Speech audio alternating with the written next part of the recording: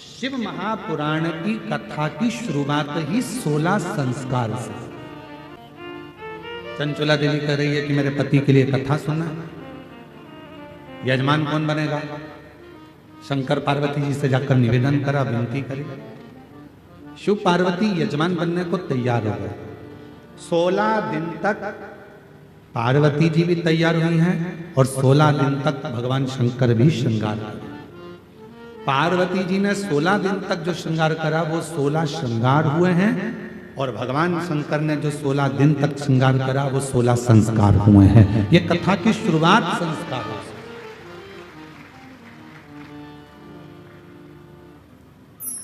इसलिए शायद शिव महापुराण की कथा कहती है कि शरीर से ज्यादा सुंदरता संस्कारों में होती है।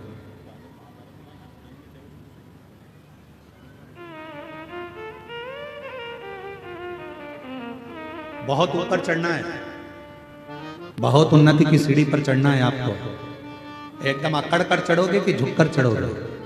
जम के बोलो जरा। अगर पहाड़ के ऊपर चढ़ना है, अकड़ कर चढ़ोगे तो पीछे की पीछे लुढ़क जाओगे, गिर जाओगे। इसलिए ऊंचाइयों पर चढ़ने के लिए थोड़ा झुकना पड़ता है। उसी तरह उन्नति की सीढ़ी पर चढ़ने के लिए जगत में झुककर चलना पड़ता है, तब ऊपर बढ़ सकते। आप बहुत ऊपर जाना चाहते हो, बहुत उन्नति की सीढ़ी पर चढ़ना चाहते हो, बहुत आगे बढ़ना चाहते हो, बहुत तरक्की करना चाहते हो, तो आपको थोड़ा झुककर चलना पड़ेगा। थोड़ा झुककर नम्रता के साथ चलो, अपने शुद्ध विचारों के साथ चलो, शुद्ध भाव के साथ चलो। और जब आप नम्रता के साथ में, शुद्ध विचारों के साथ में, शुद्ध भावों के साथ में जब चलोगे तो जीवन एक आनंद की ओर बढ़ता चलेगा। हम क्या कर रहे हैं? अकड़ कर चलना चाहते हैं।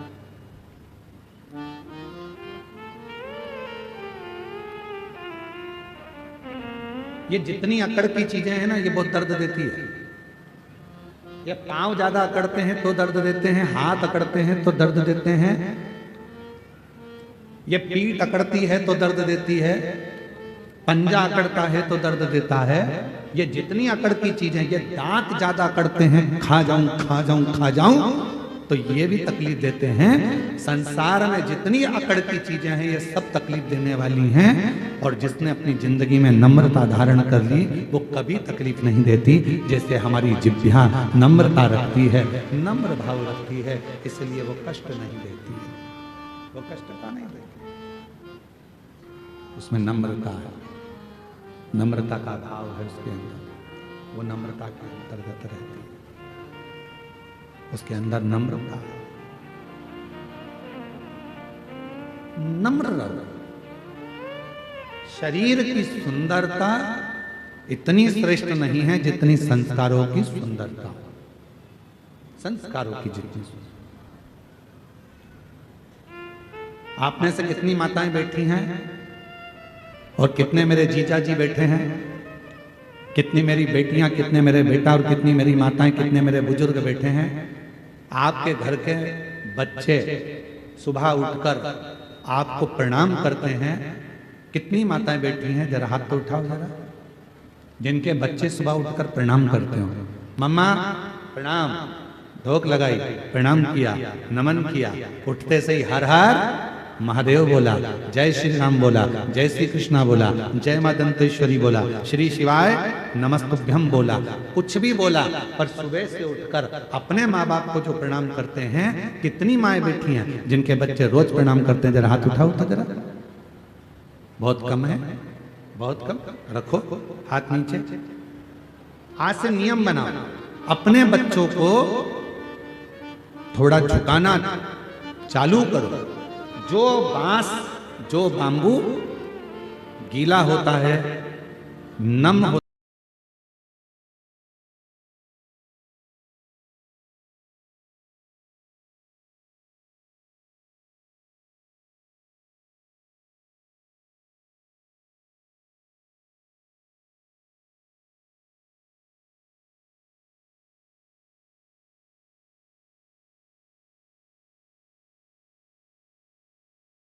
कड़क हो गया, फिर वो झुकता नहीं, फिर वो झुकेगा ना।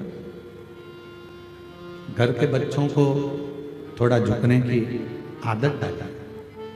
अगर आज बच्चे झुकेंगे तो तुम्हारी जिंदगी भी सवरेगी। पर इनको झुकाओगे कैसे? डायरेक्ट तुम बोल दोगे कि चलो झुको तो झुक जाएंगे क्या? अरे बोलो तो जम के। तुमने बोल दिया 1-2 दिन झुक जाएंगे, 2-4 दिन झुक जाएंगे, पर बाकी के दिन थोड़ी ना झुकेंगे। शंभू, तुमने डायरेक्ट कह दिया कि झुक जाओ, तो क्या वो झुकेंगे?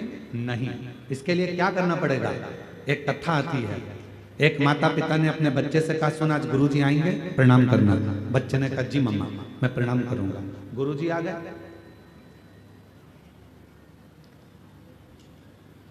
पिताजी ने कहा चलो गुरुजी को प्रणाम करो। बच्चे ने कहा नहीं करना। क्यों? तू तो कह रहा था कि मैं गुरुजी को प्रणाम करूंगा, फिर क्यों नहीं करना? मेरे को नहीं करना। पिताजी ने समझाया, बेटा अपने गुरुजी हैं प्रणाम कर। नहीं कर रहा। पिताजी ने 2 थप्पड़ दिए रखकर, अपने गुरुजी और प्रणाम नहीं कर रहा, नहीं कर रहा। थोड़ी देर बाद माँ ने समझाया, बेटा अपना गुरुजी हैं प्रणाम करो। नहीं करा। जब नहीं करा, माँ ने भी 2-4 थप्पड़ दे दिए रखे। माँ ने भी 2-4 थप्पड़ दिए, फिर भी प्रणाम नहीं करा। चलो बेटा प्रणाम करो, नहीं करा, फिर माँ ने मारा। इतने में गुरुजी देख रहे थे कि माँ भी उसको मार रही है, पिता भी उसको मार रहे हैं। तब गुरुजी ने कहा, क्यों मार रहे हो? कहा प्रणाम नहीं कर रहा। इतने में गुरुजी ने कहा, वो प्रणाम नहीं कर रहा तो मत करने दो, कम से कम तुम दोनों तो प्रणाम करो। और जैसे ही माँ बाप ने झुककर प्रणाम करा, इतनी देर में बच्चे ने साष्टांग दंडवत कर लिया। अर्थात ये हमारा गायत्री परिवार कहता है, गायत्री परिवार कहता है कि हम सुधरेंगे। बोलो बोलो जम के बोलो, युग सुधरेगा। हम बदलेंगे, युग। कब बदलोगे?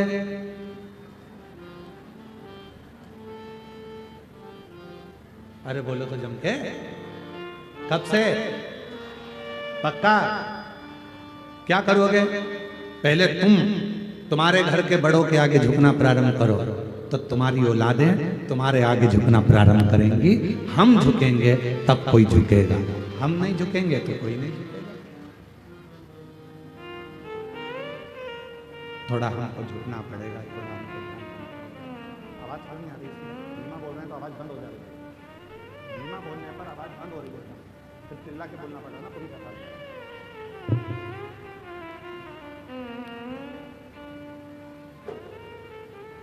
जब हम झुकेंगे तो आने वाली पीढ़ी झुकेगी, और हम नहीं झुकेंगे तो वो झुकने वाले नहीं।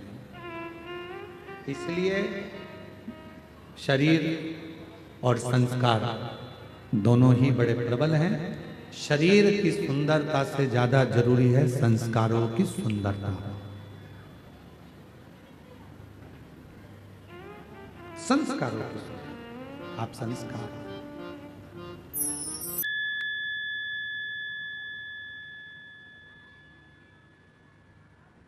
संस्कारों की सुंदरता केवल घर तक सीमित नहीं रहती।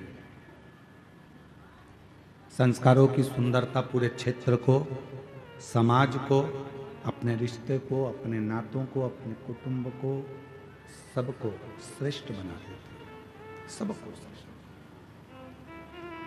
देखिएगा जरा महापुराण का एक कितना सुंदर व्याख्यान है। सूर्यदेव के पुत्र हैं श्री शनि महाराज, और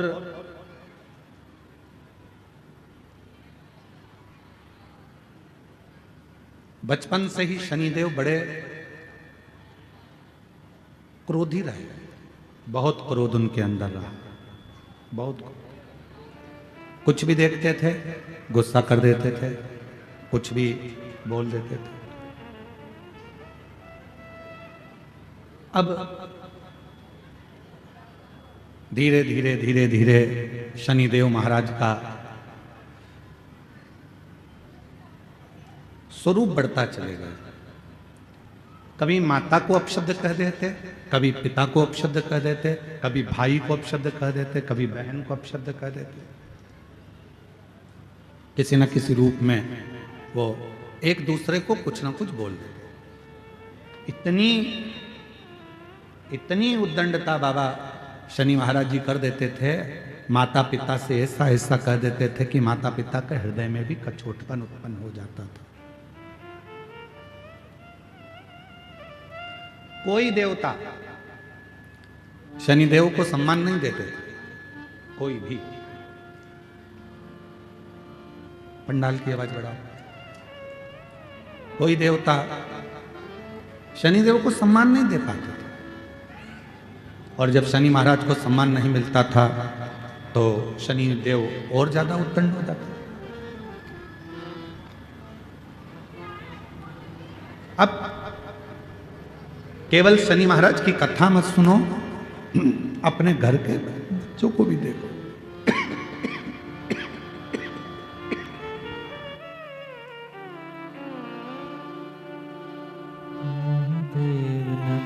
चरणों में स्वीकार कीजिए, सबका किया है केवल अपने घर के शंभु शंभु शंभु शंभु शनि महाराज जी की केवल कथा ना सुने, अपने घर के बच्चों को भी देखें।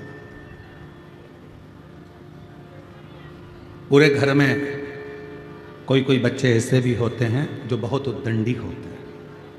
माँ समझा रही है, नहीं मान रहे, पिता समझा रहे हैं, नहीं मान रहे। रिश्तेदार आए दिन कोई ना कोई बात लेकर आ जाते हैं, कोई ना कोई बात लेकर।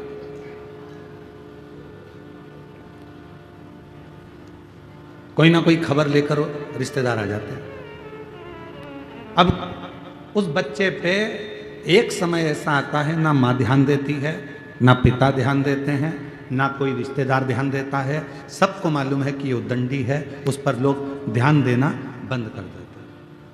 पर शिव महापुराण की कथा कहती है, जो बच्चे ज्यादा उद्दंडी होते चले जाते हैं, नहीं सुन रहे, नहीं मान रहे, तो निवेदन है उनको हाथ से छोड़ो मत, उन पर ध्यान देना छोड़ो मत, बल्कि उन पर ज्यादा ध्यान दो। और होता है, हमने कई स्कूलों में देखा है, जो अच्छे पढ़ने वाले बच्चे होते हैं, अच्छे पढ़ने वाले बच्चे होते हैं, बहुत विद्वान बच्चे होते हैं, तो उनको सबसे आगे वाली रो में रखते हैं। बोलो बोलो, सही है कि गलत है? आप देखिए बड़े बड़े स्कूलों में, प्राइवेट स्कूलों में, अन्य स्कूलों में, जो बच्चे पढ़ने में सबसे ज़्यादा होशियार हैं उनको सबसे आगे की लाइन में रखा जाता है। फिर उससे जो पढ़ने में थोड़े कमज़ोर हैं उनको पीछे की लाइन में रखते हैं। फिर उससे भी ज़्यादा जो पढ़ने में कमज़ोर है उसको तीसरी लाइन में रखते हैं। फिर उससे भी ज़्यादा जो कमज़ोर हैं उसको लास्ट आखिरी की लाइन में रखते हैं। बोलो जम के, सही है कि गलत है? पर होना क्या चाहिए? जो पढ़ने में होशियार है, पहले से उसमें बुद्धि अच्छी है, तो उसको तुम्हारे ध्यान केंद्रित करने की जरूरत ही नहीं है। इसको करो पीछे, और जो पढ़ने में होशियार नहीं है, जो जानता नहीं है, जो पढ़ना जानता नहीं है, उसको रखो आगे। तो टीचर हो तुम, बार बार टोकोगे, समझाओगे, देखोगे, ध्यान दोगे, तो जो नहीं पढ़ने वाला भी है वो भी एक दिन पढ़कर अव्वल निकल सकता है, आगे बढ़ सकता है। पर टीचरों ने करा क्या? एक उल्टी रीति अपनाई। जो पढ़ने में होशियार है ए नंबर में, जो पढ़ने में कम होशियार है वो बी नंबर में, जो पढ़ने में और कम होशियार है वो सी नंबर में, और जो पढ़ने में एकदम गड़बड़ है वो डी नंबर में। सबसे आखिरी में उसको बिठाया जो पढ़ने में होशियार है ही नहीं। पर जरूरत क्या थी? उस बच्चे को पढ़ाना है तुम्हें। टीचर का मतलब क्या हुआ? शिक्षक का मतलब क्या हुआ? आप एक अच्छे शिक्षक हैं और अच्छे टीचर हैं, और आपका स्कूल इतना अव्वल में चल रहा है, तो वहां जरूरत किसको है? जो पढ़ने में होशियार कम है उनको होशियार बनाने की, जो पढ़ने में कमजोर हैं उनको मजबूत बनाने की, जो पढ़ने में एकदम डल हैं उनको प्रखर बनाने की। पर प्रत्येक जितने भी स्कूल हैं प्राइवेट, जितने भी स्कूल हैं, सारे स्कूलों में एक नियम आ गया, अच्छे पढ़ने वाले बच्चों को आगे रखो और जो बिल्कुल पढ़ने में डल हो उनको पीछे रखो। नियम होना चाहिए जो बिल्कुल डल हैं उसको आगे रखो, जिससे पीछे से पढ़ने वाले बच्चे भी उसको प्रेशर देंगे, इधर से तुम प्रेशर दोगे, तो दोनों के बीच में वो बच्चा पढ़कर एक ना एक दिन कलेक्टर, एसपी, आईजी, डीआईजी और कमिश्नर बनकर बैठ सकता है। पर हमारे स्कूलों में दूसरा क्रम कर दिया, पढ़ने वाला सबसे आगे। वो तो पहले से ही पढ़ने में होशियार है, तो उसको तो तुम्हें कुछ बताने की जरूरत ही नहीं पड़ेगी। शिक्षक को, टीचर को मेहनत किसके साथ करना पड़ती है? जो एकदम डल है, पढ़ने में कमजोर है, उसके लिए जरूरत है।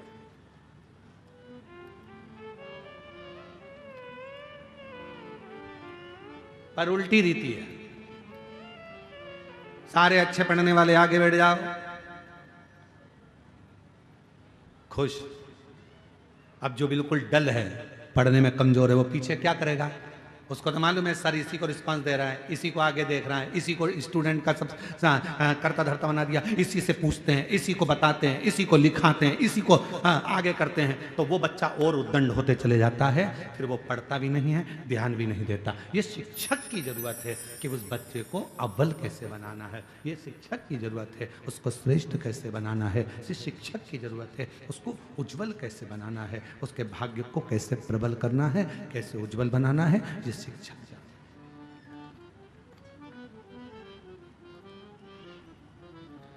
ये उसके ऊपर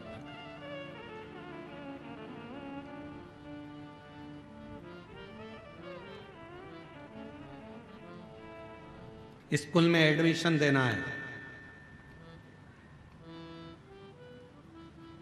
क्या आता है तुम्हारे बच्चे को? क्या आता है तुम्हारे बच्चे को? माँ बोलना आता है, पिता बोलना आता है, नमन करना आता है, प्रणाम करना आता है, संस्कारों में ढला हुआ है। इसको और कुछ सिखाया है? स्कूल में लेकर आए हैं, आप इसको जो सिखाएंगे मेरा बच्चा वो सीखेगा और एक ना एक दिन उच्च अधिकारी बनकर विराजमान जरूर होगा, ये निश्चित है। आप मेहनत तो करो। आप और हम मेहनत नहीं कर पा रहे।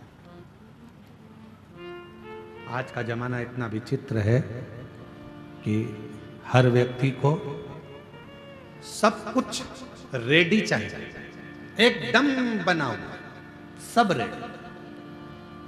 शादी में भी लोग कब जाते हैं? एक दूसरे को फोन लगाकर पूछ लेते हैं, एक दूसरे को फोन लगाकर पूछते हैं क्यों? रिसेप्शन चालू हो गया क्या? पार्टी चालू हो गई क्या?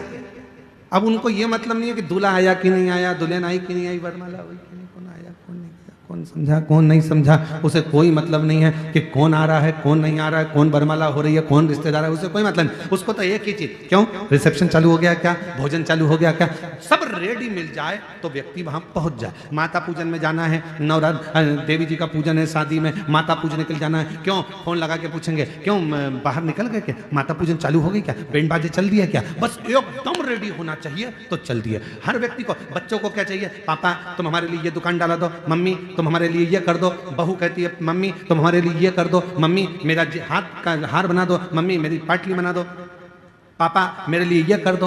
अब कोई तुम्हारे बच्चों से पूछे या तुमसे कोई कहे कि तुम कह रहे हो पापा मेरे लिए ये कर दो, मम्मी मेरे लिए ये कर दो, एक दिन माँ बाप तुमसे कह दे कि बेटा लिख के दे दे, आज मैं जो कर रहा हूं इतना क्या तू मेरे लिए कभी जिंदगी में करेगा कि नहीं करेगा? तू भी तो लिख कर दे, इतना कर पाएगा जो मैंने करा? मैंने तुझे पढ़ाया लिखाया अव्वल बनाया, सब कुछ करा, अपनी पूरी जिंदगी लगा दी, क्या तू मुझे बुढ़ापे में नमन करेगा, प्रणाम करेगा, साष्टांग करेगा, मेरा कहना मानेगा, ये मेरे पद चिन्हों पर चलेगा? ये तेरे ऊपर निर्भर करता है।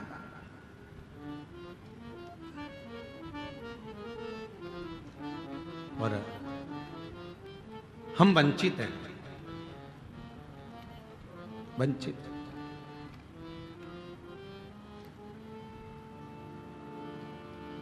भगवान दत्तात्रेय के कितने गुरु थे? जम के बोलो जल्दी से, कितने? दत्तात्रेय भगवान के 24 गुरु थे। कितने? जम के बोलो जरा सब, 24। उस 24 गुरु में से दत्तात्रेय भगवान ने एक वैश्या को भी गुरु बनाया था, पिंगला।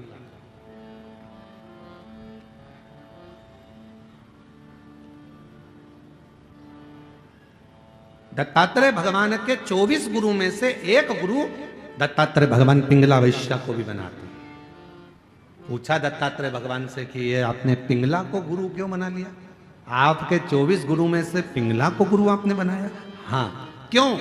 दत्तात्रेय भगवान ने कहा एक बार ये पिंगला मुझे दिखी और मैंने इस पिंगला को देखा, ये श्रृंगार कर कर तैयार होकर श्रृंगारित होकर शाम के समय दरवाजे पर जाकर बैठ गई, खिड़की में से पुरुषों को देखने लगी, कोई आएगा मेरी सुंदरता को देखकर मेरी ओर आसक्त होगा, कोई मेरे पास में आएगा, मेरे पास में चला आएगा। वो पिंगला देख रही थी, वो पिंगला। पर कोई आया नहीं, कोई दिखा नहीं।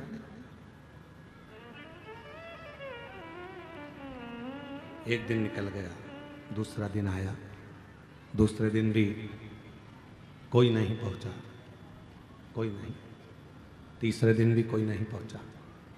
आखिरी में पिंगला को गुस्सा आ गया और पिंगला ने विचार करा कि मैं रोज सज धज कर पुरुष का इंतजार करती हूं, कोई आता नहीं है। अगर इतनी सज धज कर यदि उस परमात्मा का इंतजार करती तो एक दिन मेरा भगवान देवाधिदेव महादेव जरूर आ जाता। इंतजार करती तो वो शिव जरूर आता। उसका यदि इंतजार किया होता तो वो जरूर पहुंच जाता, बहुत पहुंच जाता। बस उस पिंगला ने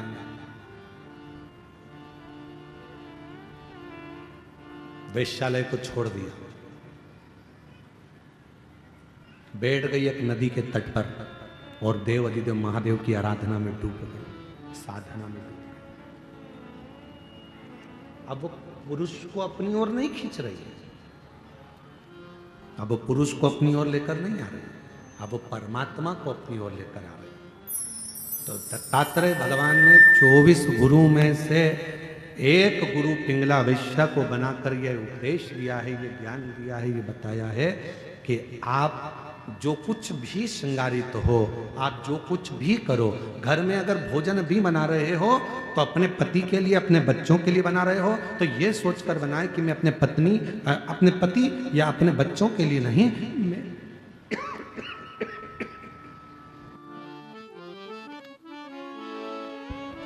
मैं देवाधिदेव महादेव के लिए बना रही हूँ, मैं भगवान देवाधिदेव महादेव के लिए भोजन बना रही हूँ, मैं भगवान शंकर के लिए भोजन बना रही हूँ,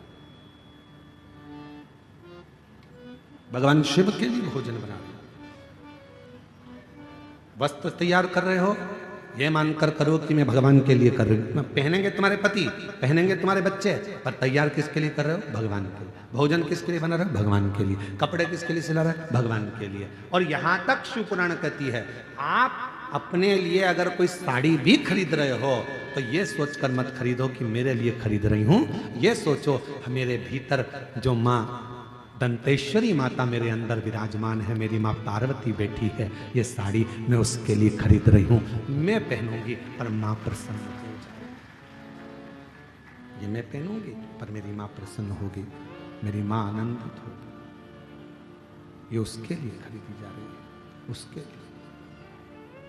और मैंने तेरे ही भरोसे बाबा, तेरे ही भरोसे हवा बिच उड़ती जावागी, बाबा डोर तो छली नावे कटकी जावागी। ओ भोले मैं तेरी पता, शंभो मैं तेरी पता।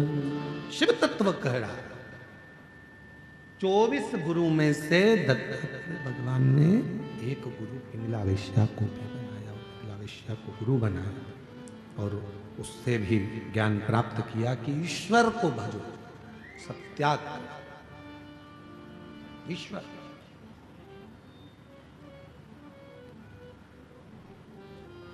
जरा उत्तर दीजिएगा आप लोग सभी,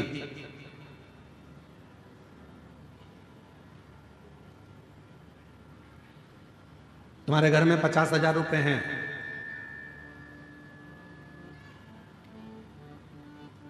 कोई बीमार पड़ गया घर के अंदर, हॉस्पिटल लेकर चले गए, इलाज चालू हो गया,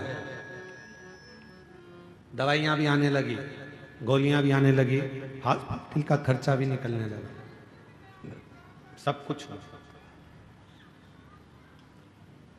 अब डॉक्टर ने तुमसे कह दिया कि इसकी अंतिम सांसें चल रही है और इसके पास में अब समय नहीं है, और तुम डॉक्टर से कहो कि गुरु डॉक्टर साहब मेरे से 1 लाख रुपए ले लो, मेरे से 2 लाख रुपए ले लो, मेरे से 5 लाख रुपए ले लो, मेरे से 4 लाख रुपए ले लो, इसको ठीक कर दीजिए, इसको थोड़ा सही कर दीजिए, ऐसी कृपा कर दीजिए कि ये बिल्कुल ठीक हो जाए, ऐसा कुछ कर दो, मेरे से पैसे ले लो और इसको ठीक कर दो। भगवान भोलेनाथ कृपा करो, इसको ठीक कर दो। मेरे से 2 लाख रुपए ले लो, 5 लाख रुपए ले लो, परंतु इसको ठीक कर दो। अब उस जगह पर पैसा काम नहीं आएगा, उस जगह पर तुम्हारा धन काम नहीं आएगा। डॉक्टर कहेगा मेरा काम मैं कर रहा हूं, दवाइयां भी दे रहा हूं, इंजेक्शन भी लगा रहा हूं, बोतल भी चढ़ा रहा हूं, सारी तैयारी कर रहा हूं, पर यह पैसा अब यहां काम नहीं आ रहा। अब तो यहां क्या काम आएगा? तो शास्त्र कहता है धन कमाना सरल है, पैसा कमाना सरल है। किसी के यहां जाकर मेहनत करोगे 200-500 रुपए दे देगा, कोई दुकान पर काम करोगे 200-500 रुपए दे देगा, हमाली करोगे 200-500 रुपए मिल जाएगा। शिव महापुराण की कथा कहती है पैसा कमाना सरल है, पर पुण्य कमाना दुनिया का सबसे कठिन काम है। सबसे कठिन काम है पुण्य को कमाना। क्यों? अंतिम समय में, प्राण छूटने के समय में, हॉस्पिटल में, सब हॉस्पिटल के बाहर होंगे, बेटा बाहर, बहू बाहर, रिश्तेदार बाहर, नातेदार बाहर, भाई बाहर, बहन बाहर, बेटी बाहर, दामाद बाहर, बेटा बहू सब बाहर। हॉस्पिटल के अंदर जब मशीनें लगाई जाएगी, अकेले पलंग पर आईसीयू में पड़े होगे, वेंटिलेटर पर पड़े होगे, उस समय पर तुमने कितना पैसा कमाया वो वहां काम नहीं आएगा। उस समय पर अंतिम बिंदु में काम आएगा कि तुमने अपनी जिंदगी में पुण्य कितना कमाया। वो पुण्य तेरे सामने आकर खड़ा हो जाएगा और वो पुण्य तुझे श्वास देना प्रारंभ। पुण्य, पैसा कमाना कठिन नहीं है मेरी बहनों, मेरे जीजाओं, मेरी जीजियों, पैसा कमाना सरल है। यहाँ छत्तीसगढ़ का हमको नहीं मालूम, हमारे मध्य प्रदेश का मालूम है हमको। मध्य प्रदेश में हमारे यहाँ जो गरीबी रेखा के अंतर्गत आते हैं उनको गेहूं फ्री मिलता है, कम शुल्क में शक्कर मिलती है, कम शुल्क में, निःशुल्क, कम पैसे में, थोड़े बहुत पैसे में उनको गेहूं मिलता है, उनको शक्कर मिलती है, उनको तेल मिलता है। यहाँ मिलता है? अरे बोलो तो जम के, आवाज नहीं आई, और जम के बोलो। मिलता है। झोला लेके तुम सीधे दुकान पर पहुंच गई, जहां पर मिलता है वहां पहुंच गई, वो दे देगा क्या तुमको? जम के तो बोलो नहीं देगा। क्या कहेगा? डायरी ला। वो कौन सा एक डायरी होती, पीली पीली है, परमिट, आधार कार्ड, राशन कार्ड। हाँ, परंतु राशन कार्ड भी पीला और लाल ऐसा कुछ चलता है कि वो उसी पे दवाई की व्यवस्था होती है, उसी पे फ्री में इसकी व्यवस्था होती है, ऐसे ही ना कुछ। तो वो कार्ड लेकर जाओगे तो तुमको फ्री में चावल मिल जाएगा, धान मिल जाएगी, फ्री में शक्कर मिल जाएगी, फ्री में तुमको तेल मिल जाएगा। वो कार्ड तुम्हारे पास में होना चाहिए। और अगर कार्ड नहीं है, कार्ड है तो हॉस्पिटल में भी तुमको पूरी व्यवस्था मिल जाएगी। कार्ड है तो इतने लाख तक की तुम्हारी बीमारी का खर्चा सरकार उठाएगी। क्यों? कार्ड है तो तुम्हारी बीमारी का खर्चा भी सरकार उठाती है। कार्ड है तो तुम्हें खाने को भी देती है, कार्ड है तुम्हें पीने को भी देती है, कार्ड है शक्कर भी देती है, कार्ड है तो तेल भी देती है, कार्ड है तो पानी फ्री, कार्ड है लाइट फ्री। उसी तरह जैसे तुम्हारे पास कार्ड है तो सारी व्यवस्था सरकार करती है, उसी तरह तुम्हारे मुख में श्री शिवाय नमस्तुभ्यम है तो पूरी व्यवस्था महादेव करते हैं। पूरी व्यवस्था महादेव करते हैं। तुम्हारे पास कार्ड है, व्यवस्था मिल जाए, कार्ड है, व्यवस्था मिलेगी। जो समझदार हैं, जिनके घर में मोटरसाइकिल भी है, 4 व्हीलर है, तो भी उनने कार्ड बनवा रखा है। बोलो तो नहीं जीजिए, सही है कि गलत है? और जिसके यहाँ पर झोपड़ा है, कुछ खाने का भी नहीं है, वो आज तक फाइल लेके घूम रही है, सर मेरा कार्ड बना दो, सर मेरा कार्ड बना दो, सर मेरा कार्ड बना दो, सर मेरा कार्ड बना दो। उसके घर में कुछ नहीं है और वो कार्ड के लिए घूम रही है। और जिसके पास सब कुछ है, गाड़ियां हैं, बंगला है, दौलत है, धन है, और उसके घर के 4 कार्ड बने, इलाज फ्री, खाना फ्री, ये फ्री, वो फ्री, वो फ्री, वो तड़प रही है कार्ड के लिए। उसी तरह धन कमाना सरल है, पैसा कमाना सरल है, पैसे को एकत्रित करना बहुत सरल है, पर पुण्य कमाना बहुत कठिन है। पुण्य कैसे कमाओगे? और पुण्य मतलब कार्ड। पुण्य कैसे कमाओगे? कार्ड कैसे बनाओगे? कार्ड बनाने के लिए याद रखना, आज के समय में अगर कार्ड बनवाना है तो तुम्हारी पहचान अच्छी होना चाहिए। पहचान है तो सील ठप्पे लग के कार्ड तैयार हो जाएगा। उसी तरह परमात्मा को अगर पाना है तो कुछ अगर बहुत बीमारी भी आ गई है और उससे अगर निपटना है, पैसा काम नहीं आएगा, पहचान काम आएगी। और पहचान शिव से बना लो तो वो पुण्य प्रबल कर देगा और सारे दुखों से दूर कर देगा, दुखों से। कार्ड बन गए भोले से बिछड़े बहुत दिन हो गए, भोले से बिछड़े। पैसा मूल नहीं है, पैसा कमाना सरल है पर पुण्य कमाना बहुत कठिन है, बहुत कठिन है। कैसे पुण्य कमाओगे, पुण्य कैसे एकत्रित करोगे, पुण्य को कैसे बढ़ाओगे, ये तुम्हारे ऊपर निर्भर करता है, तुम्हारे ऊपर। बहुत कठिन है पुण्य कमाना, पुण्य एकत्रित करना। सारे तीर्थ में जाने के लिए धन की जरूरत पड़ती है। सारे तीर्थ में जाने के लिए धन की जरूरत पड़ती है। सारे तीर्थ जाने के लिए पैसे की जरूरत पड़ती है। सारे धाम तीर्थ जाने के लिए धन की जरूरत पड़ती है। केवल एक कुबरेश्वर धाम ऐसा है सीहोर, जहां जाने के लिए पैसा नहीं, बाबा से मन लगाने की जरूरत पड़ती है। दिल होगा, बाबा व्यवस्था कर। वहां अगर जाने का मन बन जाता है, मन बन गया जाने का, तुम्हारा विचार हो गया, तुमने दिल लगा लिया भगवान शिव जी से, बाबा भोलेनाथ जी से तुमने दिल जोड़ लिया, तो फिर वो व्यवस्था कर देता है सब। कहीं ना कहीं से ऐसा धन ला कर दे देगा, पैसा ला कर दे देगा कि तुम शिव के धाम पहुंच जाओ, भगवान शंकर के पास पहुंच जाओ, शिव की चौखट पर पहुंच जाओ। कथा कर रही है, शिव पुराण कर रही है, पुण्य बढ़ाएगा, पुण्य। और जब पुण्य बढ़ेगा तभी शिव कृपा करेगा। भगवान भगवान भोलेनाथ शंभू। जब पुण्य बढ़ेगा, आवाज बढ़ाओ, ग्राउंड में आवाज नहीं है, लोग चिल्ला रहे। शंभू शंभू शंभू, पुण्य बढ़ाएगा। शनिदेव, भगवान शनि महाराज को कोई नहीं दे, कोई उनको सम्मान नहीं दे रहा, कोई सत्कार नहीं दे रहा। सबने कह दिया ये उद्दंड है, बोलते हैं ऐसा, बहुत क्रोध करते हैं, बहुत गुस्सा करते हैं, तो उन्हें बहुत गुस्सा, बहुत क्रोध, बहुत क्रोध, बहुत गुस्सा, तो कोई देख नहीं रहा, ध्यान नहीं दे रहा। और शंभू शरणे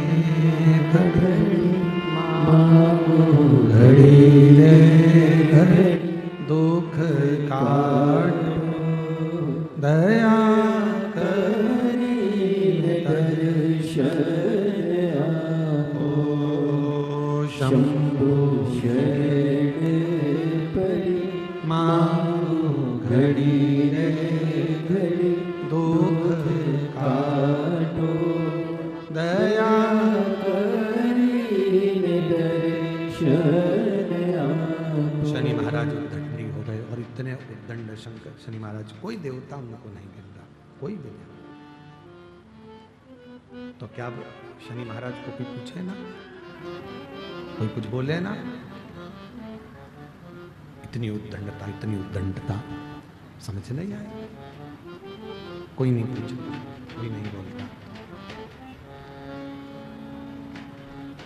पर शनि महाराज जब उद्दंड दिखा रहे, कोई पूछ नहीं रहा, कोई बोल नहीं रहा। शंभू शंभू शरणे पड़ी मांगो घड़ी रे घड़ी, दुख काटो दया करी दर्शन आपो।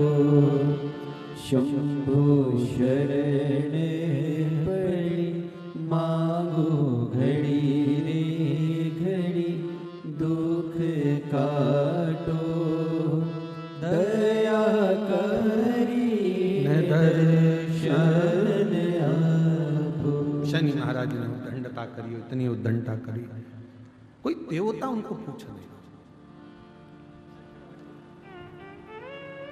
अब शनि महाराज ने विचार कर लिया कि यदि कोई पूछ नहीं रहा, कोई जान नहीं रहा, तो शनि महाराज ने तब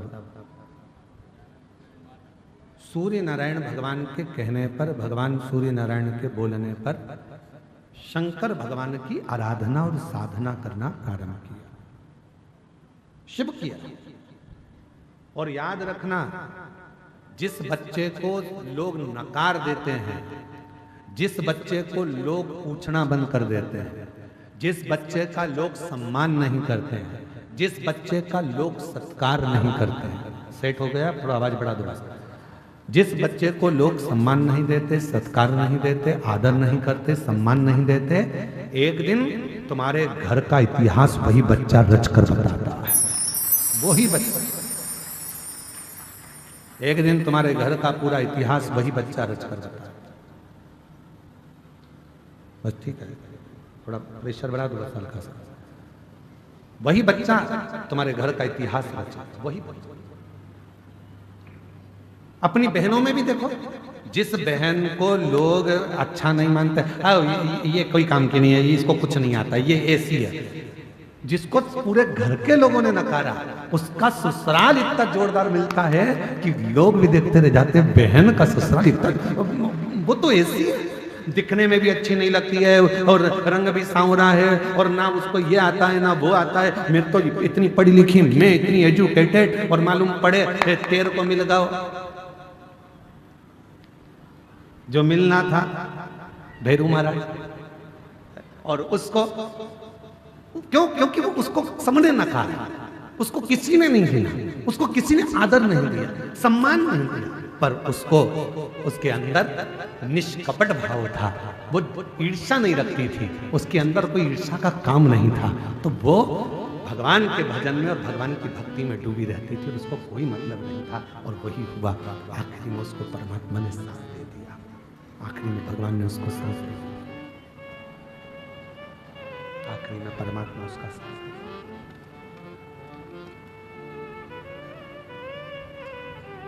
जिसको दुनिया नकार देती है, जिसको दुनिया स्वीकार नहीं करती, फिर एक दिन वही कुछ अच्छा कर दिखा, कुछ अच्छा।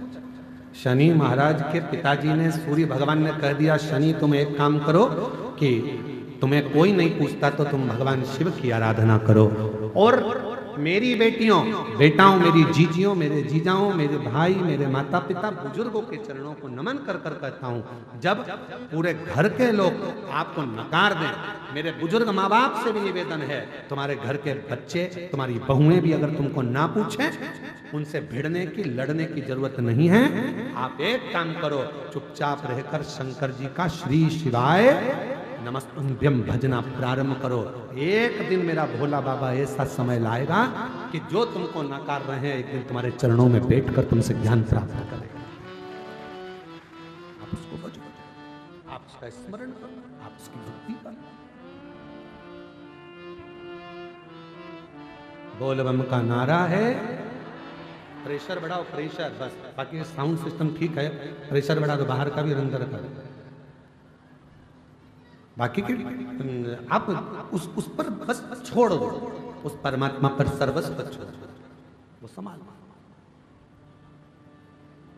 बहुत दिन हो गए भोले से बिछड़े, बहुत दिन हो गए भोले से बिछड़े, भोले से बिछड़े, शंभू से बिछड़े, भोले से बिछड़े, शंभू से बिछड़े, बहुत दिन हो गए भोले से बिछड़े, बहुत दिन हो गए भोले से बिछड़े। मेरे भोले बाबा को सांप ही भावे, मेरे भोले बाबा को सांप ही भावे, मेरे भोले बाबा को सांप ही भावे, मेरे भोले बाबा को सांप ही भावे। बहुत दिन हो गए सांप को देखे बहुत दिन हो गए सांप को देखे, बहुत दिन हो गए भोले से बिछड़े, बहुत दिन हो गए भोले से बिछड़े। बस उससे प्रार्थना करना प्रारंभ कर दो, फिर वो स्वीकार कर लेगा, फिर वो स्वीकार। और मेरे बच्चों, जो जितने छोटे छोटे बच्चे बैठे हुए हैं, जितनी मेरी बेटियां छोटी बैठी हुई हैं, तुमको घर के लोग नकार दें ये किसी काम की नहीं, इसको थोड़ा सा भी काम बताओ तो करती नहीं है, इसको कुछ भी बोलो करता नहीं है, सब नकार रहे हैं, सब अपशब्द कर रहे हैं। तुम टेंशन मत लेना, बाबा के आश्रित होकर उसकी भक्ति करना। बाल्य अवस्था से शनि महाराज ने शंकर भगवान की अविरल भक्ति करना प्रारंभ कर। शिव की भक्ति के बिना शनि महाराज एक पल नहीं रहते। 12 ज्योतिर्लिंग में एक ज्योतिर्लिंग काशी का विश्वनाथ मेरे शनि महाराज ने स्थापित करा है। इतनी अविरल भक्ति शनि महाराज की शिव के प्रति, इतनी अविरल भक्ति। लोग कहते हैं शनि चढ़ गया, 7.5 लग गई, ढैया लग गई, राहु लग गया, केतु लग गया, बृहस्पति लग गया, मंगल लग गया। शिव महापुराण की कथा कहती है कोई भी ग्रह लग जाए, घर में से 1 लोटा जल भरो, शिव जी पर जल चढ़ाना प्रारंभ करो, सारे ग्रह अनुकूल हो जाएंगे। तुम्हारा कोई भी ग्रह प्रतिकूल नहीं हो सकता, कोई ग्रह तुम्हें तकलीफ नहीं दे सकता, सब तुम्हारे अनुकूल हो। शनि महाराज ने भगवान शिव की आराधना प्रारंभ करी। अब शंकर की आराधना से क्या मिलता है? तो अब शनि महाराज की जिंदगी कैसे पलट रही है जरा देखिए। शिव जी की जैसे जैसे आराधना करना प्रारंभ करी, उसी समय पर राजा चित्ररथ ने देखा शनि महाराज को, तो शनि महाराज को देखकर राजा चित्ररथ ने अपनी बेटी का विवाह शनि महाराज के साथ कर दिया, अपनी बेटी का। और महाराज जैसे ही राजा चित्ररथ ने धामनी का विवाह शनि महाराज के साथ किया, धामनी विवाह कर कर आ गई। शिव की कृपा किसको कहते हैं? शंकर भगवान की करुणा किसको कहते हैं? शिव महापुराण की कथा कहती है कई लोगों में नए नए तरह के लोग भ्रम उत्पन्न कर देते हैं। हमने देखा है कई कई गांव में ऐसा भ्रम उत्पन्न कर देते हैं, कुंवारी लड़की शंकर जी के सामने मत जाना, कुंवारा लड़का शिव जी को जल चढ़ाने मत बैठना, कुंवारी लड़की शिवलिंग पर ये मत चढ़ाना, कुंवारा लड़का शंकर जी पे ये मत चढ़ाना।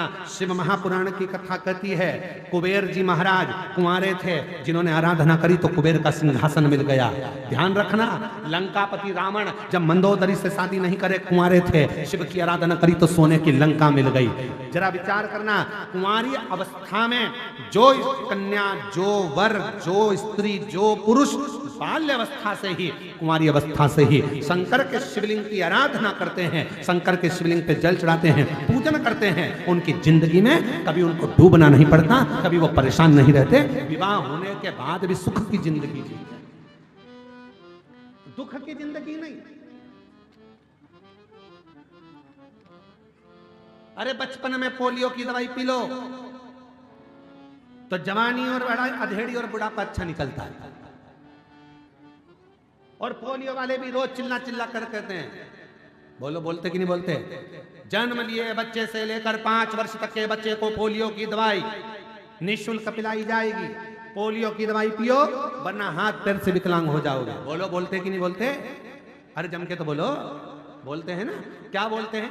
जन्म लिए बच्चे से लेकर 5 वर्ष तक के बच्चे को पोलियो की दवाई निःशुल्क पिलाई जाएगी, नहीं पियोगे तो हाथ पैर से विकलांग हो जाओगे। उसी तरह शिव महापुराण भी कहती है जिसका जन्म नहीं हुआ, जो गर्भ में पड़ा है, गर्भ में जो बैठा है, उससे लेकर जो मर रहा है उस तक के व्यक्ति को शिव पुराण की कथा सुनाई जाएगी।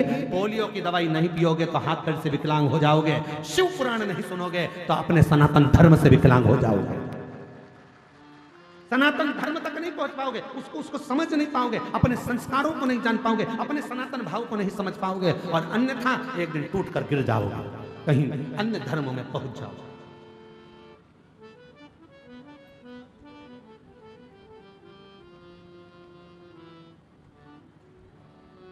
कल हमारे तिवारी जी किसी को मिलाने के लिए लेकर आए थे शाम के समय, तो उनमें से एक व्यक्ति ने प्रश्न किया,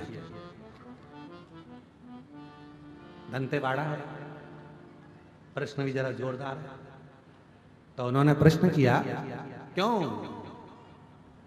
मिश्रा जी आपसे बात करना। हमने कहा बोलिए क्या बात है?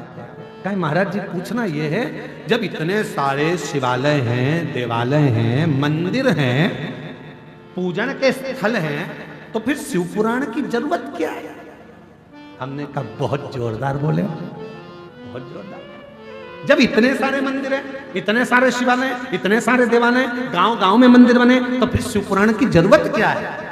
हमने कहा शिव पुराण की जरूरत इसलिए है क्योंकि जैसे जैसे कलयुग बढ़ते जा रहा है, वैसे वैसे लोग मंदिर का रास्ता भूलकर होटल का रास्ता पकड़ते जा रहे हैं और दारू की दुकान का रास्ता पकड़ते जा रहे हैं। इनका रास्ता बदलना है। दारू की दुकान से, ठेके की दुकान से इनको बदलकर शिव के मंदिर तक पहुंचाना है। होटल में से इनका दिल हटाकर शंकर के मंदिर तक लगाना है। शिव पुराण तुम्हें दिशा बदलती है, और जब तुम्हारी दिशा शिव की हो जाती है, तब शिव महापुराण एक दिन तुम्हारी दशा भी बदल देती है। ये शिव पुराण। मंदिर बहुत हैं, देवालय बहुत हैं, शिवालय बहुत हैं, शिव पुराण की क्या जरूरत है? शिव पुराण की सबसे ज्यादा जरूरत इसलिए है कि तुम्हारी दिशा बदले कैसे। आज का नवयुवक बेटा बेटी पढ़ने के लिए बड़े बड़े शहर में जाता है और मालूम पड़े वो नशे में डूब जाता है। ना जाने कौन कौन सा नशा आज के बच्चे कर रहे हैं, जिसके कारण लोग भी परेशान है। और एक दिन ऐसी अवस्था आती है कि माँ बाप रोते हैं उनके नशे को। ये शिव महापुराण उन बच्चों को मंदिर का रास्ता बताती है। ये शिव महापुराण। आज के समय में कई बेटियां ऐसी थी जो मन में सोचती थी मेरे घर में बच्चा नहीं तो मर जाऊं तो अच्छा, मेरे साथ में ऐसा हो गया मर जाऊं तो अच्छा। उन्होंने मरने का प्लान छोड़ दिया, क्योंकि उनको मालूम है सियोर वाला महाराज कहता है काय को मरो, छाती पे मूंग डालो। क्यों मरो, यहीं रहो, अपनी जिंदगी खुश होकर जियो। जो किस्मत में लिखा है उसको झेलते हुए जियो, ड्यूटी पूरी करो। दिशा बदल गई, दशा बदल। इतने मंदिर, इतने देवालय, इतने शिवालय, शिव पुराण की जरूरत क्या? शिव महापुराण की कली काल में किसी पुराण में सबसे ज्यादा अगर श्रेष्ठता शिव महापुराण की है तो क्यों है? क्योंकि शिव महापुराण तुम्हारी दिशा बदल देती है, और जब तुम अपनी दिशा को शंकर जी की ओर मोड़ लेते हो तो मेरा भोले बाबा एक दिन तुम्हारी दशा बदलकर तुम्हें भी सेठ बनाकर बिठा देगा। कोई जल्दी बनता है, कोई लेट बनता है। शंकर को जल चढ़ाने वाला एक दिन सेठ जरूर बनता है।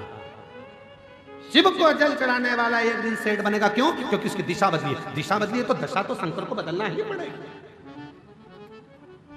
शिव जी को दशा बदलना पड़ेगी। अगर दिशा तुमने बदली है तो बदले।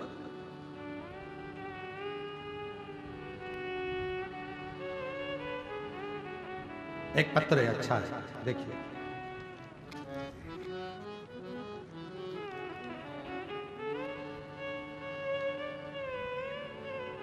मेरा नाम प्रकृति कोरेठी है। पिता का नाम स्वर्गीय राम नारायण कोरेठी, माता श्रीमती तरुण कोरेठी, जिला दंतेवाड़ा की निवासी। कहीं बैठी हो? आप ही हैं बेटा? आ जाओ, एक बेलपत्र लेकर जाना। एक बार वापिस आते लाओ, वापिस आते लाओ एक बार। ठीक है, आ जाइए। गुरुजी, मैं सरकारी नौकरी की तैयारी कर रही थी। गुरुजी, मेरी माँ कहते हैं कि पशुपति व्रत का फल 3 महीने में मिलता है। मैंने यह कथा 2023 से सुनना प्रारंभ किया, और 2023 से कथा सुनना प्रारंभ किया, और मैंने 2024 में पहली बार शिव महापुराण की कथा छत्तीसगढ़ के जिला धमतरी के ग्राम कुरुद में सुनी थी। ऐसा सुना था कि कथा के पंडाल में बैठकर जो मांगा जाता है बाबा भोलेनाथ 3 महीने में पूरा करता है। मैं भी कुरुद चली गई, वहां बैठकर मैंने कथा सुनी। कथा सुनकर मैं वापिस आई और सरकारी नौकरी का अप्लाई करने लगी। आज बाबा को मैं धन्यवाद देती हूँ। गुरुदेव, शिव कृपा से मैंने पशुपतिनाथ का व्रत किया और पंडाल में बैठकर कथा सुनी, और आज बाबा की कृपा से मेरा महिला नगर सैनिक के पद पर चयन हो गया। बाबा की कृपा से 9/12/2025 को, आज कौन सी है? जम के तो बोलो, आज कौन सी तारीख है? 11, 2 दिन पहले थी। 9/12/2025 को मेरा परीक्षा परिणाम आया, जिसमें मेरा छत्तीसगढ़ जिला पुलिस के बल पर चयन हो गई। मैं बाबा को यहां प्रणाम करता हूं। शिव तत्व किसको कहते हैं। आपको लगता है कि ये शिव महापुराण की कथा का पंडाल है? 2 दिन की कथा हो रही है, आज 5वां दिन हो गया। कल कथा को हम लोग शिवरात्रि का दिन कहते हैं और कल कथा वही 2 बजे से 5 बजे तक होगी। पर परसों जो कथा होना है वो दिन में नहीं होगी, सुबह 8 बजे से 11 बजे तक होगी। 2 दिन की कथा है। आज लोग आएंगे, कथा के पंडाल में रुकेंगे, रात्रि को विश्राम कर बड़े आनंद के साथ में 2 दिन की कथा हो रही है, कल की और परसों। छठे आज 5वां दिवस है ना, पंचम दिवस है, कल छठा दिवस। तो कल और परसों 2 दिवस की कथा हो रही है। तो कल की कथा को हम लोग शिवरात्रि की कथा करते हैं। कल कथा का छठा दिन रहेगा और छठे दिन की कथा लोग श्रवण करने के लिए आएंगे, कथा सुनेंगे। 7वें दिन की कथा सुबह 8 बजे से 11 बजे तक सुनेंगे। टीवी पर वही 2 बजे से 5 बजे तक आएगी। लोग उस कथा का रसतत्व ग्रहण कर लेंगे। 2 दिन बचे। क्यों आते हैं लोग पंडाल में? क्यों रात्रि को विश्राम करते हैं? क्यों सोते हैं? क्यों बाबा से प्रार्थना करते हैं? क्यों यहाँ की मिट्टी को शरीर पर लगाते हैं? उसका कारण केवल एक है, विश्वास के साथ यदि तुमने शिव से कुछ मांगा है तो मेरा वो घड़दानी देता जाओ, देता जरूर, खाली नहीं भेजेगा, वो भर कर। एक पत्र और देखिए,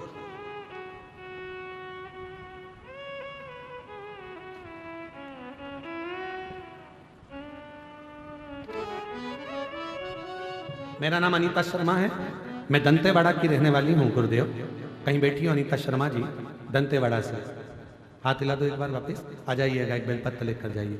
मेरा नाम अनीता शर्मा है, मैं दंतेवाड़ा की रहने वाली हूँ गुरुदेव। मैं एक साधारण घरेलू महिला हूँ जो घर परिवार संभालती है, बाबा की सेवा किया करती है। एक दिन गुरुदेव अपनी पड़ोसन को नौकरी करते देखा तो मन में ख्याल आया कि क्या मेरी भी नौकरी लग सकती है। पर पढ़ाई छोड़े गुरुदेव काफी समय हो गया था। तभी किसी ने मेरे पति को पार्षद पद पर चुनाव लड़ने के लिए आवेदन देने को कहा।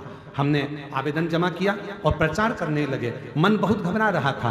तब आपकी कथा फरवरी 2025 में कांकेर में चल रही थी। आपकी कथा चल रही थी। मैंने वहां जाकर पंडाल में आपकी कथा को, पंडाल में आपकी कथा सुनी और बाबा से रहकर वहां रुककर कथा सुनकर प्रणाम कर कर, भरोसा कर कर बोल कर आई। मिट्टी को नमन करा, बाबा कुछ मुझे भी लायक बनाना। बाबा की ऐसी कृपा हुई गुरुदेव और बाबा ने मुझे संभाल लिया और आज बाबा की कृपा से बहुत अच्छे वोटों से विजय प्राप्त कर ली और बाबा की कृपा से नगर पालिका दंतेवाड़ा के वार्ड क्रमांक 14 की मुझे पार्षद बना दिया। ये बाबा की कृपा, ये शिव की कृपा। आइए, और तेरी कृपा का क्या है भरोसा, कब किस पर होना, जरा से हम पर कर दो, जरा से हम पर कर दो, तेरी कृपा का। बेटी का पुलिस में सिलेक्शन हुआ है, एक बार जोरदार ताली बजाओ बेटी के लिए, साधुता। जिस पर भी हो गई तेरी कृपा करुणा वो भव पार हुआ, भव पार हुआ। पापी हो चाहे जितना उसका भी बाबा उद्धार हुआ, उद्धार हुआ। गिद्ध अजामिल कणका जैसे तेरे मन को भाई जरा सी हम पर कर दो, जरा सी हम पर कर इतनी दो। कृपा मेरे शिव ने करी है। शायद बस्तर क्षेत्रवासियों ने, दंतेवाड़ा के क्षेत्रवासियों ने, गिदम के वासियों ने, आसपास के क्षेत्रवासियों ने कभी नहीं सोचा होगा कि हमारे इस वनवासी क्षेत्र में कभी इतनी विशाल शिव महापुराण की कथा कुबेरेश्वर धाम से आ जाए। कभी नहीं सोचा, हमने भी नहीं सोचा था कि इतना वनवासी क्षेत्र, इतना आदिवासी क्षेत्र जहां पर भाषा की भी प्रॉब्लम हो जाए, ऐसे क्षेत्र में भगवान की कथा होगी और इतनी लाखों की संख्या में शिव भक्त आ जाएंगे। हमने भी नहीं सोचा था कि इतनी लाखों की संख्या में शंकर के भक्त यहां पहुंच जाएंगे और कथा सुन लेंगे। तो हमको तो लगता है हमारे भोले बाबा को तुम्हारी झोली में, गोदी में कुछ देना होगा, इसलिए कुबेर भंडारी चलकर यहां तक पहुंच गया। कुबेरेश्वर बाबा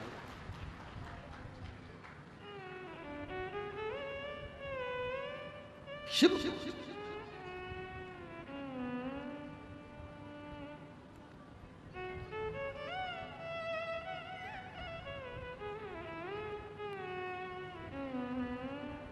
भगवान देवाधिदेव महादेव पहुंचे, शिव पहुंचे, शंकर ओगड़दानी त्रिकालदर्शी कैलाशी अविनाशी शिव पहुंचे।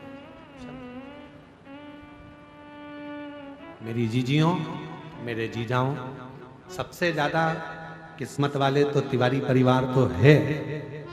विजय प्रसाद जी को मैं साधुवाद दूं, पूरी समिति को साधुवाद दूं, पर साथ में सबसे ज्यादा किस्मत वाले तो पूरे बस्तर वाले हैं, जिनके क्षेत्र में शिव महापुराण कथा।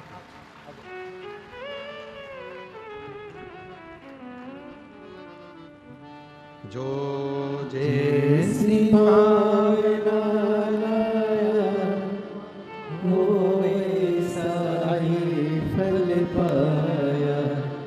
नहीं खाली उसे। जोरदार ताली बजाओ। पार्षद बनी है शिव की कृपा से, बाबा की कृपा से। हिम्मत, कोई जल्दी बनता है, कोई लेट बनता है, शंकर को जल चढ़ाने वाला एक दिन से जरूर बनता, थोड़ा समय लगेगा। शिव के मंदिर जाते रहो। लोग कहते हैं गुरुजी इतने मंदिर, इतने शिवालय, इतने देवालय, शिव पुराण की जरूरत क्या? हमारा निवेदन है, जिस गांव में, जिस क्षेत्र में, जिस एरिया में शिव महापुराण की कथा पहुंचती है, उस गांव का, उस क्षेत्र का, उस एरिया का भगवान कुछ ना कुछ कल्याण करने वाले होते हैं, इसलिए पहुंचते, नहीं तो पहुंचती ही नहीं, पहुंचे ही नहीं। और भगवान से प्रार्थना कर जाओ।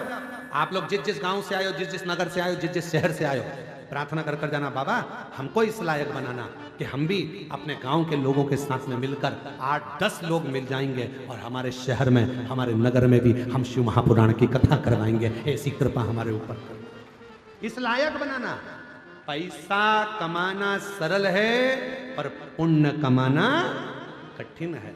कमा लो ये पुण्य अपनी जिंदगी में, कुछ अच्छा कर कर चले जाओ, कुछ सतमार्ग बताकर। आज इस कथा के होने से ना जाने कितने वनवासी, आदिवासी जो कभी कुबेरेश्वर धाम नहीं जा पाए, तो मेरा कुबेर भंडारी उनसे मिलने के लिए यहाँ आ गया। इससे बढ़कर और क्या चाहिए, क्या चाहिए?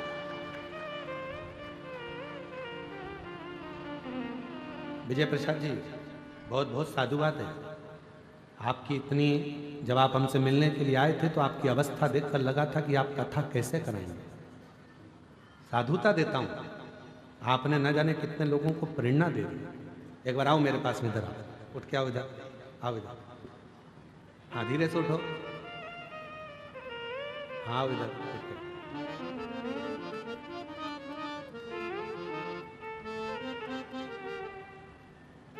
ना जाने कितने लोगों को प्रेरणा दी है बुजुर्ग व्यक्ति ने, कितनों को, कि हिम्मत अगर है तो शिव तुम्हारे साथ कदम से कदम मिलाकर चलता है। ये बुजुर्ग ने प्रेरणा ये। जब ये आए थे, इतना वृद्ध शरीर, एक बात आप लोगों को बताएं, उत्तर दें। सारी कथा समीर जी, आशीष जी और समिति के सदस्य आकाश जी आदि पक्की करते हैं, पर इस कथा को केवल इनकी वृद्ध अवस्था देखकर इस कथा को हमने नक्की करा था कि यह कथा वास्तव में। और इस कथा का इतना ज़्यादा लोगों ने कहा वहाँ कथा करने मत जाना, वहाँ ऐसा वहाँ वैसा, पर हमने भी बाबा से कह दिया था, बाबा एक कथा बस्तर क्षेत्र में ऐसी हो जहां वनवासी आदिवासी सुनकर अपने जीवन को सार्थक। मैं तिवारी जी आपको बहुत बहुत धन्यवाद, तो इस क्षेत्र के लिए आपने इतना सुंदर सोचा। पूरी समिति इनकी जितनी समिति के सदस्य, एक बार सबके लिए ताली बजाना, जोरदार ताली। इतनी अवस्था होने के बाद भी इन्होंने लोगों को प्रेरणा दी।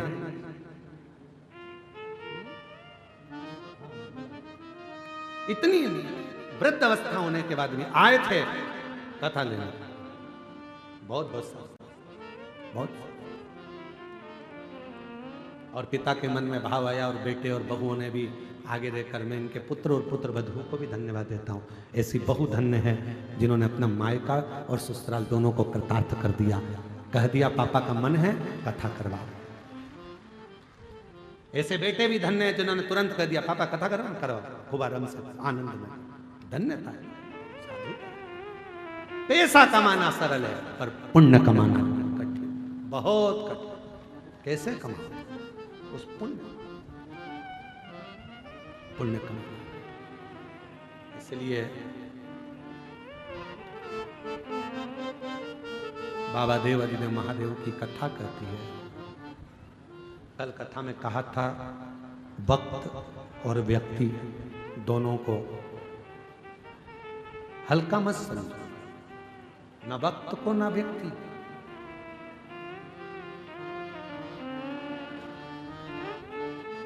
इन दोनों को हल्का ना समझो, उससे मिलो। शिव के मंदिर की दिशा तुम पकड़ो, वो तुम्हारी दशा बदल कर रख देगा। शिव मंदिर की दिशा तुम्हें पकड़ो।